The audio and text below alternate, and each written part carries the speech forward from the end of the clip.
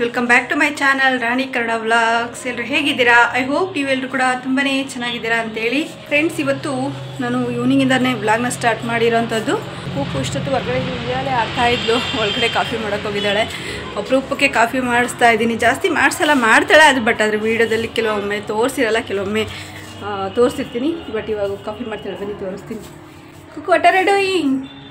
Coffee ಮಾಡ್ತಾ ಇದ್ದೀನಿ ನಾನು. ಕಾಫಿ ಮಾಡ್ತಾ ಇದೆಯಾ? ಎಸ್.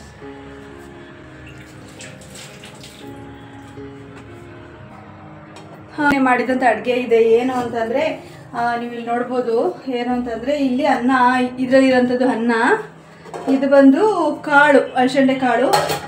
ನಾನು ಸಾಯಂಕಾಲಕ್ಕೂ ಆಗಲಿ ಅಂತಲೇ ಮಾಡಿದೆ. ಮತ್ತೆ ಅಗೇನ್ ಮಾಡೋದಕ್ಕೆ ಬೋರು ಸಾಕಾದಂಗಾಗಿದೆ. ನಂಗೆ ಹೇಳ್ಬೇಕಂದ್ರೆ ಒಂದು 15 ಡೇಸ್ ಏನು ಕೆಲಸನೇ ಇಲ್ಲದೆ ಆರಾಮಾಗಿ ರೆಸ್ಟ್ ತೊಗೊಂಬಿಡೋಣ ಅಂತ ಅನಿಸ್ತಾ ಇದೆ ನನಗೆ. ನೀವು ಇಲ್ಲಿ ನೋಡ್ಬೋದು, ಇದು ಸಾಂಬಾರು. ಇವಾಗ ಬಿಸಿ ಮಾಡಬೇಕು, ಸ್ಟವ್ ಒರೆಸ್ಬೇಕು ಫ್ರೆಂಡ್ಸ್. ಸ್ಟವ್ ಎಲ್ಲ ಇದಾಗ್ಬಿಟ್ಟಿದೆ. ಹಾಗೆ ನನಗೆ ಅಲ್ಲೇ ಹುಷಾರಿಲ್ಲ, ಲೈಟಾಗೆ ಹುಷಾರಿಲ್ಲದೆ ಏನಿಲ್ಲ, ನನಗೆ ಸ್ವಲ್ಪ ತುಂಬ ರೆಸ್ಟ್ ಬೇಕು ಅನಿಸುತ್ತೆ. ಹಂಗಾಗ್ಬಿಟ್ಟು ಇಲ್ಲಿ ಸಾರು ಬಿಸಿ ಇಟ್ಟಿದ್ದೀನಿ. ಈ ಕಡೆ ಕಾಫಿ ಆಗ್ತಾಯಿದೆ. ಇದನ್ನೆಲ್ಲ ಒರೆಸ್ಬೇಕು, ಇವಾಗ ನೀಟ್ ಮಾಡಬೇಕು. ಆಮೇಲೆ ಮಾಡ್ತೀನಿ, ನಾನೇ ಮಾಡ್ತೀನಿ. ಕುಕ್ಕುನೇ ಮಾಡ್ತಾಳಂತೆ. ಮಮ್ಮಿಗೆ ತಲೆನೋವು ಗಾಯಸ್, ಅದಕ್ಕೆ ನಾನೇ ಮಾಡ್ತೀನಿ. ಅದಿದ್ದಿದ್ದೆ ರೋಗ, ಯಾವಾಗಲೂ ಅದು ನನ್ನ ಜನ್ಮಕ್ಕೆ ಕಂಡುಬಿಟ್ಟಿದೆ. ಏನಿಲ್ಲ, ಸಿಕ್ತಂಗ ತಲೆ ನೋಡಿಸ್ಕೋಬೇಕು. ಕುಲ್ಲು ತಲೆ ಸ್ನಾನ ಮಾಡ್ದಾದ್ಮೇಲೆ ಇಲ್ಲೊಂದು ಚುಕ್ಕಿ ಬೀಳ್ತಾಳೆ. ಇಲ್ಲೊಂದೆಲ್ಲ ಬಿಡುತ್ತೆ. ಕೂಕು ನಾನು ನಿನ್ನ ಸೇಮ್ ಒಂದು ಏನು ಹೇಳೋ ಕಲರ್. ಹೌದು, same T shirt. Kuku T shirt ನನ್ನ ಟಿ ಶರ್ಟು ಒಂದೇ ಕಲರ್ ಇರುತ್ತೆ. ಬಟ್ ಅದೇ ಕೂಕು ಚುಕ್ಕಿ ಇದೆ, ನಂದು ಪ್ಲೈನ್ ಇದೆ. ಎಷ್ಟು ಕಾಫಿ ಕುಡಿದು ತಲೆನೋವೇ ಬಿಡಲ್ಲ ಫ್ರೆಂಡ್ಸ್. ಕಾಫಿ ಕುಡಿದು ಬೋರ್. ನಂಗೊಂದು ಸುಮ್ಮನೆ ಮಲ್ಕೊಂಬಿಡೋಣ, ಒಂದಷ್ಟು ಏನು ವ್ಲಾಗು ಗೀಗು ಏನೋ ಮಾಡ್ಬೋದು, ಸುಮ್ಮನೆ ಮಲ್ಕೊಂಬಿಡೋಣ ಅನ್ನೋ ಥರ ಅನಿಸುತ್ತೆ. ಆರಾಮ್ಸೆ ಒಂದೆರಡು ದಿನ ಮಲ್ಕೊಂಬಿಡ್ಬೇಕು ಅನ್ನೋ ಥರ. ಇವಾಗ ಬಂದು ಬೆಳಿಗ್ಗೆ ನಾನು ಅಲಸಂಡೆ ಕಾಳು ಸಾಂಬಾರು ಮಾಡಿದ್ದೆ ಅಲ್ವಾ. ಅಲಸಂಡೆ ಕಾಳು ಸಾಂಬಾರನ್ನ ಯಾವ ರೀತಿ ಮಾಡಿದ್ದೀನಿ ಅನ್ನೋದನ್ನು ನಾನು ನಿಮ್ಮ ಜೊತೆ ಖಂಡಿತ ಶೇರ್ ಮಾಡ್ಕೊತೀನಿ ಫ್ರೆಂಡ್ಸ್.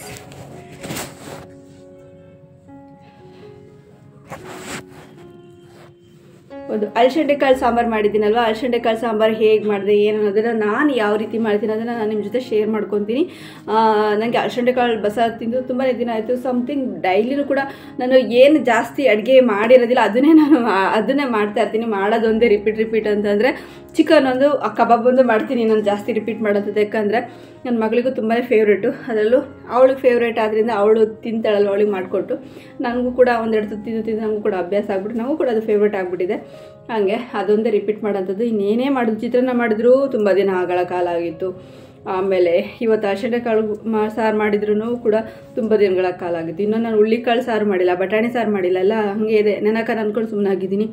ಮೊನ್ನೆ ಲಾಸ್ಟ್ ಟೈಮು ಹೆಸ್ರು ಕಾಳಿನ ಸಾಂಬಾರು ಮಾಡಿದ್ದೆ. ಅದನ್ನು ಕೂಡ ಅಪ್ಕಮಿಂಗ್ ಡೇಸಲ್ಲಿ ನಾನು ಖಂಡಿತ ಶೇರ್ ಮಾಡ್ತೀನಿ ಫ್ರೆಂಡ್ಸ್. ಹೆಡ್ಡೇಕು ಲೈಟಾಗಿ ಇದ್ದೇ ಇರುತ್ತೆ ನನಗೆ. ಅದು ಇದಕ್ಕಿಂತ ಕಮ್ಮಿ ಆಗಬೇಕು. ಒಂದಷ್ಟು ದಿನ ನಾನೇ ನಿಮ್ಮ ಜೊತೆ ಶೇರ್ ಮಾಡ್ಕೊಂಡಿದ್ದೆಲ್ಲ, ನನಗೆ ಹೆಡ್ಡೇಕೇ ಬರ್ತಾಯಿಲ್ಲ, ಆರಾಮಾಗಿದ್ದೀನಿ, ನಾನು ಊರಿಂದ ಬಂದ್ರೂ ಕೂಡ ನನಗೆ ಹೆಡ್ಡೇಕಿಲ್ಲ, ಹಾಗೆ ಹೀಗೆ ಅಂತ. ಇವಾಗ ನೋಡಿದರೆ ದಿನಾನೂ ಹೆಡ್ಡೇಕು. ನನಗೆ ಏನು ಮಾಡಬೇಕು ಗೊತ್ತಾಗ್ತಾಯಿಲ್ಲ. ನಾನು ಸ್ನಾನ ಮಾಡ್ಕೊಂಡು ನಂತರ ಇಮಿಡಿಯೇಟ್ಲಾಗಿ ಬಿಸಿನೀರು ಕಾಯಿಸ್ಬಿಟ್ಟು ಹಬೆ ತೊಗೊಂಡೆ. ಒಳ್ಳೆ ಬಾಣ್ತಿರೋ ಹಬೆ ತೊಗೊಳ್ತಾರಲ್ಲ ಆ ಥರ ಆಗಿಬಿಟ್ಟಿದೆ ನನಗೆ. ಬಿಸಿನೀರು ಶಾಖ ತಗೊಳ್ಳೋಂಥದ್ದು, ಬೆಡ್ಶೀಟ್ ಹಾಕ್ಬಿಟ್ಟು ಈ ಬಿಸಿ ಶಾಖ ತಗೊಳ್ಳೋಂಥದ್ದು, ಆ ಥರದ್ದೆಲ್ಲ ಮಾಡಿದ್ದೀನಿ. ಮುಂದೆ ಸೇಫ್ಟಿಗೆ ಜ್ವರ ಬರುತ್ತೆ ಅಂತ ಈಗಲೇ ಟ್ಯಾಬ್ಲೆಟ್ ನುಂಗ ಥರ ಆಗೋಗ್ಬಿಟ್ಟಿದೆ. ಕೂಕು ಕಾಫಿ ತೊಗೊಂಡ್ಬಂದ್ಲು. ಇವಾಗ ಈ ಒಂದು ಕಾಫಿ ಕುಡಿದು ನಾನು ಹೆಡ್ಡೇಕ್ನ ಹೋಗ್ಲಾಡ್ಸ್ಕೋಬೇಕು ಫ್ರೆಂಡ್ಸ್. ಬಿಂದಿ ಹೇಗಿದೆ ಕಮೆಂಟಲ್ಲಿ ತಿಳಿಸಿ. ಚಿಕ್ಕದಾಗಿಟ್ಟಿದ್ದೀನಿ, ಪುಟ್ಟದಾಗಿ ಚೆನ್ನಾಗಿದೆಯಾ ಬಿಂದಿ? ಕಾಣದೇ ಇಲ್ಲ. ಕಾಫಿ ಕುಡಿಬೇಕು ಫ್ರೆಂಡ್ಸ್.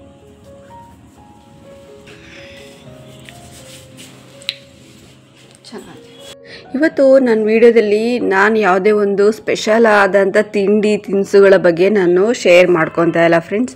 ಕಾರಣ ಏನಂದರೆ, ಇವತ್ತು ನಾನು ಮನೆಯಲ್ಲಿ ಏನು ಸ್ಪೆಷಲ್ಲಾಗಿ ಮಾಡಿದ್ದೀನಿ, ನಮಗೆ ಇವತ್ತು ಏನು ಸ್ಪೆಷಲ್ ಅನ್ನಿಸ್ತಾ ಇದೆ ಅಲ್ವಾ, ಆ ಒಂದು ರೆಸಿಪಿ ಅಥವಾ ಆ ಒಂದು ಸಾಂಬಾರನ್ನ ನಾನು ನಿಮ್ಮ ಜೊತೆ ಶೇರ್ ಮಾಡ್ಕೊತಾ ಇರೋಂಥದ್ದು. ಏನು ಅಂದರೆ ಅಲಸಂಡೆ ಕಾಳಿನ ಒಂದು ಬಸ್ಸಾರು ಅಂತೇಳಿ. ತುಂಬ ರೇರ್ ಆಗಿದೆ. ನಾನು ಡೈಲಿ ವ್ಲಾಗ್ ಮಾಡೋದ್ರಿಂದ ನಾನು ಡೈಲಿ ಏನು ಮಾಡ್ತಾಯಿದ್ದೀನೋ ಅದನ್ನು ನಾನು ನಿಮ್ಮ ಜೊತೆ ಶೇರ್ ಮಾಡ್ಕೊತಿರೋದು. ಹಾಗೆ ನನ್ನ ಕೈಲಿ ಎಷ್ಟು ಸಾಧ್ಯನೋ ಅಷ್ಟು ಸ್ಪೆಷಲ್ ಸ್ಪೆಷಲ್ಲಾಗಿ ನಾನು ನಿಮ್ಮ ಜೊತೆ ಪ್ರೆಸೆಂಟ್ ಮಾಡಲಿಕ್ಕೆ ಟ್ರೈ ಮಾಡಿರ್ತೀನಿ. ಹಾಗೆ ಇದನ್ನು ಅಲಸಂದೆ ಕಾಳನ್ನ ತುಂಬ ದಿನಗಳ ನಂತರನೇ ನಾನು ಮಾಡಿರೋ ಅಂಥದ್ದು ಸಾಂಬಾರು. ಹಾಗಾಗಿ ನಾನು ನಿಮ್ಮ ಜೊತೆ ಶೇರ್ ಮಾಡ್ಕೊಂಡಿರೋಂಥದ್ದು ತುಂಬ ಟೇಸ್ಟಿಫುಲ್ಲಾಗಿ ತುಂಬಾ ಚೆನ್ನಾಗಿ ಬಂದಿತ್ತು ಅಂತಲೇ ಹೇಳ್ಬೋದು. ಹಾಗೆ ಇದು ಹಸಿ ಕಾಳಲ್ಲ, ಬಟ್ ಅದನ್ನ ನೆನಾಕಿ ಮಾಡಿರೋಂಥದ್ದು. ಹಸಿ ಕಾಳಾದರೂ ಕೂಡ ತುಂಬ ಚೆನ್ನಾಗಿರುತ್ತೆ. ಸುಮಾರು ತಿಂಗಳುಗಳ ಮೇಲೇ ಆಗಿರ್ಬೋದು ಅನಿಸುತ್ತೆ ಐ ಥಿಂಕ್. ಏನಂದರೆ ನಮ್ಮ ಮನೇಲಿ ಎಲ್ರಿಗೂ ಗೊತ್ತಿರೋ ಪ್ರಕಾರ ಜಾಸ್ತಿ ಪಲಾವ್ ಇಷ್ಟ ಆಗಿರೋದ್ರಿಂದ ಬೇರೆ ಒಂದು ಪ್ರತಿಯೊಂದೂ ಏನೇ ಮಾಡಿದ್ರು ಸಮಥಿಂಗ್ ಸ್ಪೆಷಲ್ ಅಂತಲೇ ಅನಿಸುತ್ತೆ. ಸಾಂಬಾರಾಗಲಿ ಅಥವಾ ತಿಂಡಿ ತಿನಿಸುಗಳೇ ಆಗಲಿ, ಇಡ್ಲಿ ದೋಸೆನೂ ಕೂಡ ಎಷ್ಟೊಂದು ಒಂದು ವಾರದಿಂದ ನಾನು ಟ್ರೈ ಮಾಡ್ತಾಯಿದ್ದೀನಿ ದೋಸೆ ಮಾಡೋಣ ಅಂತೇಳಿ, ನೆನಾಕೋಣ ಅಂತೇಳಿ. ಇದೇ ಯಾವುದಾದ್ರೂ ಒಂದು ಸ್ಪೆಷಲ್ ಆಗಿರೋಂಥದ್ದು ಸಾಂಬಾರು ತಿಂಡಿನೂ ಇದೇ ಆಗೋಗಿದೆ. ಜಾಸ್ತಿ ನಾವು ಟೈಮ್ ಸಿಕ್ಕಾಗೆಲ್ಲ ಪಲಾವ್ನ ಮಾಡೋದ್ರಿಂದ ಹಾಗೆ ಅನಿಸುತ್ತೆ ಅಷ್ಟೇ ನಮಗೆ.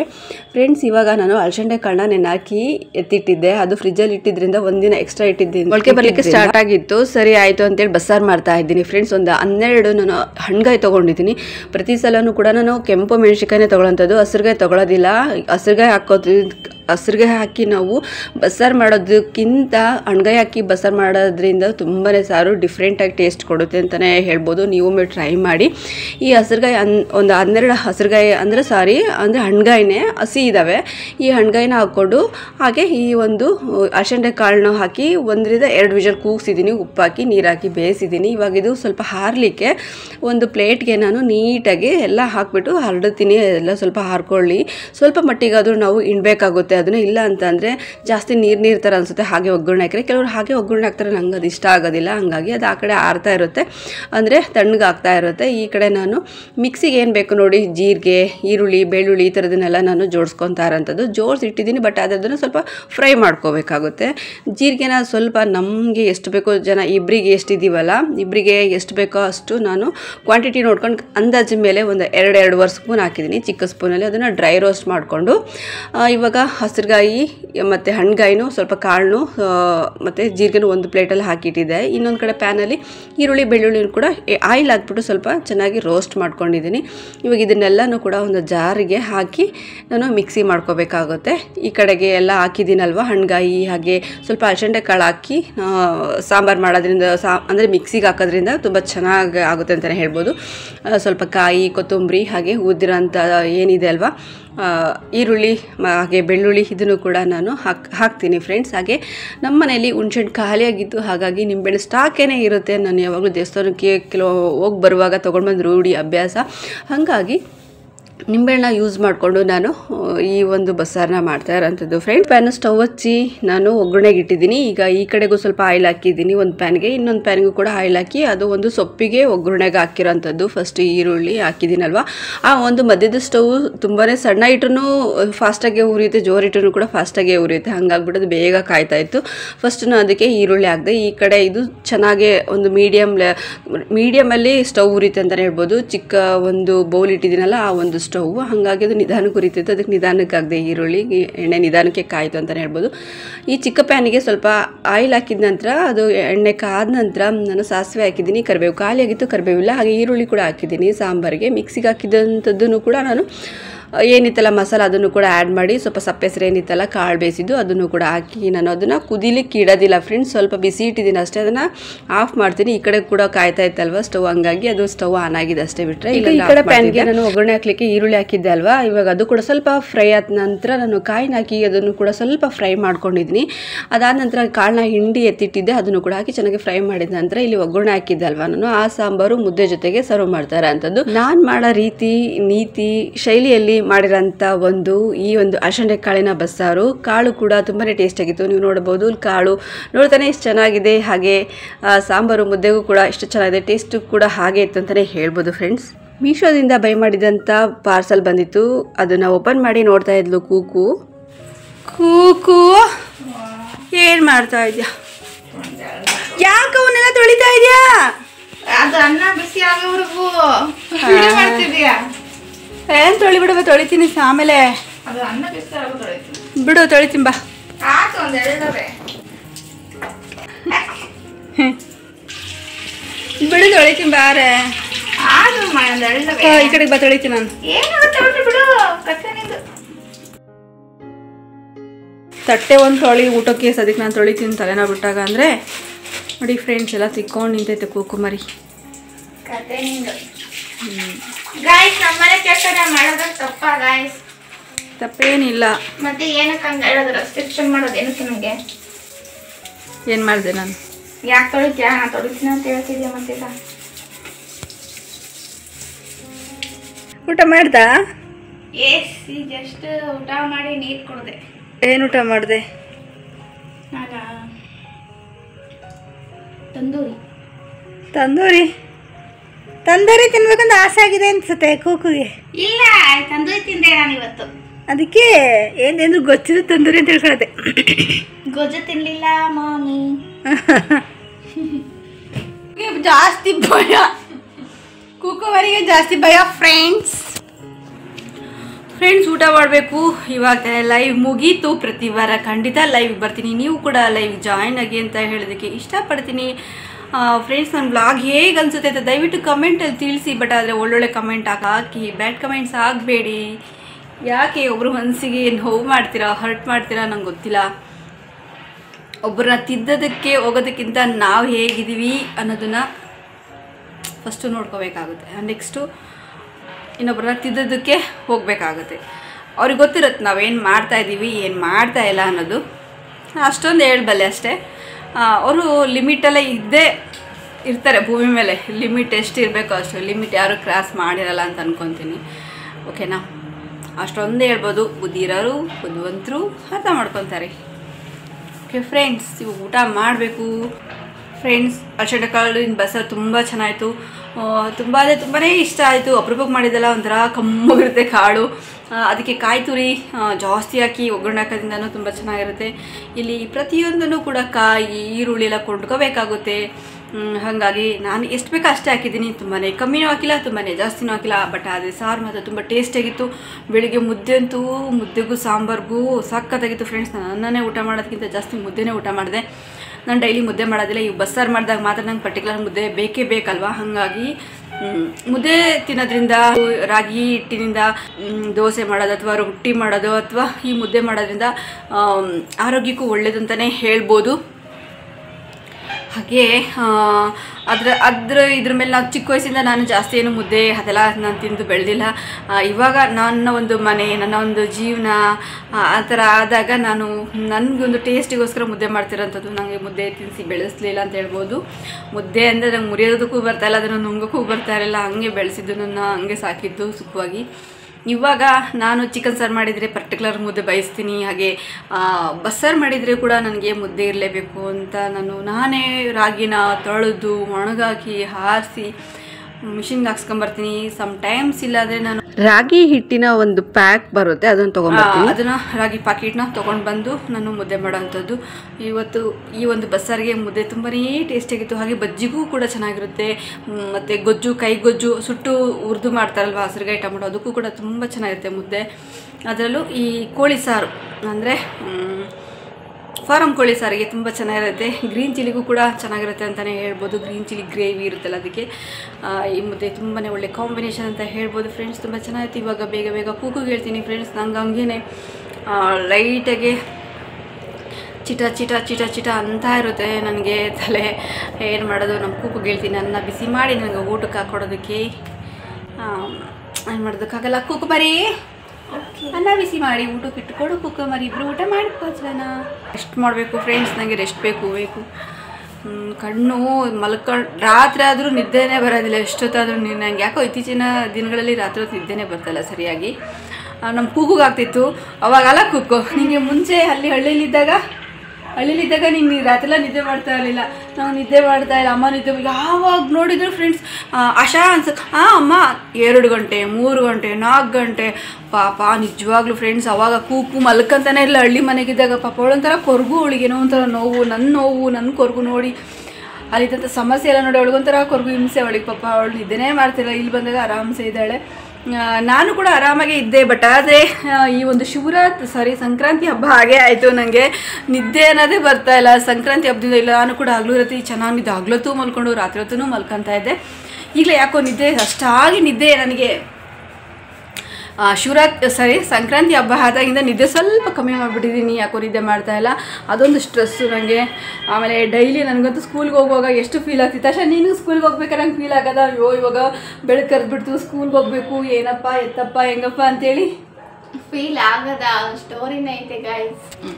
ನೀವು ಸ್ಕೂಲ್ಗೆ ಹೋಗ್ಬೇಕಾದ್ರೆ ನಿಮ್ಗೆ ಫೀಲ್ ಆಗದ, ನಾ ಯಪ್ಪ ಸ್ಕೂಲ್ಗೆ ಯಾರು ಹೋಗ್ತಾರೆ, ಬೆಳಗ್ಗೆ ಕರೆದು ಸ್ಕೂಲ್ಗೆ ಹೋಗ್ಬೇಕು, ಬೋರು ಅಂತ ಅನ್ಸದ? ನನಗೆ ಸ್ಕೂಲಾಗ ಹಂಗೆ ಅನಿಸ್ತಿತ್ತು. ಆದರೆ 8ನೇ ಕ್ಲಾಸು ಓದ್ಬೇಕಾದ್ರೆ ಹಂಗೆ ಅನಿಸ್ತಿರಲ್ಲ. ಸ್ವಲ್ಪ ಅವಾಗ ಚೆನ್ನಾಗೆ ಒಂಥರ ಸ್ಕೂಲ್ ಹತ್ರನೇ ಇತ್ತು. ನಮ್ಮ ಸ್ಕೂಲಿಂದ ಹಿಂಗೆ ನಮ್ಮ ಮನೆಯಿಂದ ಒಂದು ಅರ್ಧ ಕಿಲೋಮೀಟ್ರನ್ನ ಅಷ್ಟೇ ಇದ್ದಿದ್ದು. ಅಷ್ಟೇ ಇದ್ದಿದ್ದು, ಆರಾಮಾಗಿ ಹೋಗಿ ಬರ್ತಿದ್ದೆ. ಅದೇ ನಾವು ಇಲ್ಲಿ ನಮ್ಮೂರಿಂದ ಇಲ್ಲಿ ಬರಬೇಕಿತ್ತು, ಬಸ್ ಹತ್ಕೊಂಡು ಬರಬೇಕಿತ್ತು, 8 ಕಿಲೋಮೀಟ್ರ್ ಇರೋದು.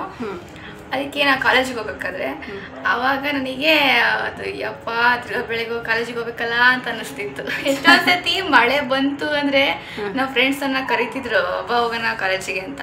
ಎಷ್ಟೊಂದು ಸತಿ ಮಳೆ ಬಂತು ಅಂದರೆ ಒಂಥರ ಖುಷಿ, ಮಳೆ ಬರುತ್ತಲ್ಲ ಇವತ್ತು ಹೆಂಗೋ ತಪ್ಪಿಸ್ಕೊಂಬಿಡೋಣ, ಆಮೇಲೆ ಮಳೆ ಬರ್ತೈತೆ ಹೋಗೋದು ಬೇಡಲ್ಲ ಕಾಲೇಜಿಗೆ ಅಂತ ಹೇಳ್ತಿದ್ದಮ್ಮ. ನೋಡಮ್ಮ ನಿನ್ನಿಷ್ಟ, ಮಳೆ ನಿಂತರೆ ಹೋಗೋಣ, ಇಲ್ಲ ಇಲ್ಲಾಂದರೆ ಬೇಡ ಅಂತ ಹೇಳ್ತಿದ್ರು. ನನ್ನ ಫ್ರೆಂಡ್ಸು ಕೂಡ ಮಳೆ ಬರ್ತೈತೆ ಕಣ ಅದಕ್ಕೆ ಹೋಗೋದು ಬೇಡ ಅಂತ ಹೇಳಿದ್ರೆ, ಏನೇ ಮಳೆದನ್ನೇ ಒಂದು ಯಾವ ಹಿಡ್ಕೊಂಡು ಮನೆಗೆ ಇರ್ತಿಲ್ಲ ಅಂತ ಅವ್ರು ಮಳೆಲೂ ಕೂಡ ಅವ್ರು ಹೋಗ್ತಾಯಿದ್ರು. ನಾನೇ ಹೋಗ್ತಿರಲಿಲ್ಲ, ರೆಡಿ ಆಗಿ ಮನೆಗೆ ಉಳ್ಕೊಂತಿದ್ದೆ. ನಾವು ಕೂಗಿಗೆ ಏನಾದ್ರೆ ಆಶಾವತ್ತೆ ಏನು ಸ್ಕೂಲ್ಗೆ ಹೋಗ್ಬಿಡ ಬಿಡು ಅಂದರೆ ಖುಷಿ. ಅಮ್ಮ ನಿಜವಾಗೂನ ಏನು ಹೋಗ್ಬಿಡ ಬಿಡು ಮನೇಲಿರೋ ಅಂದರೆ ಅವಳು ಖುಷಿ. ಅವತ್ತೆಲ್ಲ ಮನೆಗಿರೋದ ಹಂಗಾರೆ ಸ್ಕೂಲ್ ಬ್ಯಾಗ್ ಹಾಕೊಂಡು ಚಪ್ಪಲಿ ಹಾಕೊಂಡು ಒಳಗೆ ಒಂದು ಬ್ಯಾಗ್ ಖುಷಿಯಾಗಿರೋಳು. ಯೂನಿಫಾರ್ಮ್ ಹಾಕೊಂಡು ತಲೆ ಬಾಚ್ಕೊಂಡು ರೆಡಿ ಆಗಿರ್ತಿದ್ದೆ. ಮಳೆ ಬಂತು ಯಪ್ಪ ಅದಂದ್ರೆ ಎಷ್ಟು ಗಂಟೆ 8:30 ಬಸ್ ಬರುತ್ತೆ, ಆ ಬಸ್ಸಿಗೆ ನಾವು ಹೋಗ್ತಿದ್ದು. ಆ ಬಸ್ಸು ಹೋಗೋವರೆಗೂ ನಮ್ಮೂರಿಂದ ಆ ಕಡೆಗೆ ಸಿರಾ ಕಡೆಗೆ ಹೋಗೋವರೆಗೂ ಮಳೆ ಬರ್ತಾನೆ ಇರ್ಲಪ್ಪ. ಆವಾಗ ನಾವು ಹೊರಗಡೆಗೆ ಹೋಗಲ್ಲ, ಅಮ್ಮ ಮಳೆ ಬರ್ತಿತ್ತು ಅಂತ ತಪ್ಪಿಸ್ಕೊಂಡ್ಬಿಡ್ತೀನಿ. ಆ ಬಸ್ಸು ಮಿಸ್ ಆಯಿತು ಅಂತ ಮನೆಗೆ ಉಳ್ಕೊಂಡ್ಬಿಡ್ತೀನಿ ಅನ್ನೋ ಥರ ಫೀಲ್. ಎಷ್ಟೊಂದು ಸತಿ ಹಂಗೆ ತಪ್ಪಿಸ್ಕೊಂಡಿದ್ದೀನಿ ಗಾಯ್ಸ್ ನಾನು, ಎಷ್ಟೊಂದು ಸತಿ ಅಲ್ಲ. ಎಷ್ಟು ನೀನು ನೆನಪಿಡ್ತಾರೆ ಎಷ್ಟು ಸತಿ? ಸುಮಾರು ಸಲ ನಾನೇನೆ ಇವಳಿಗೆ ಗೊತ್ತು ನನಗೆ, ಇವಳಿಗೆ ಸ್ಕೂಲ್ಗೆ ಹೋಗ್ಬೇಡ ಅಂದರೆ ಖುಷಿಯಾಗ್ಬಿಡ್ತಾಳೆ ಅಂತೇಳಿ.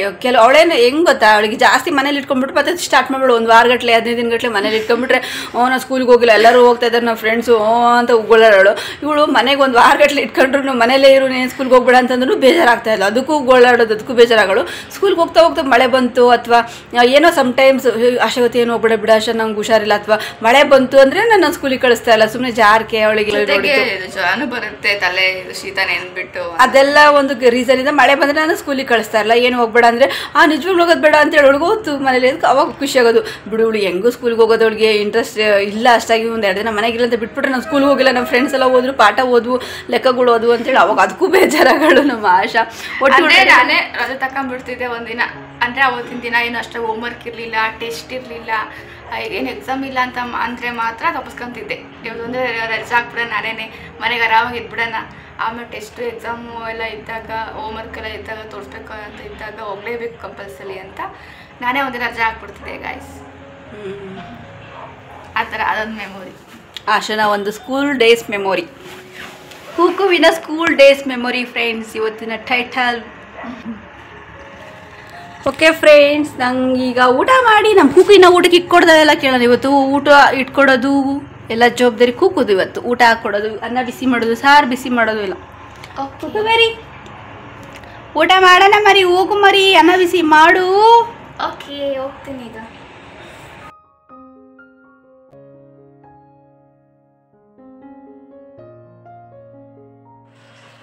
ಓಕೆ ಫ್ರೆಂಡ್ಸ್, ಇವತ್ತಿನ ಒಂದು ವಿಡಿಯೋ ಇಷ್ಟೇ.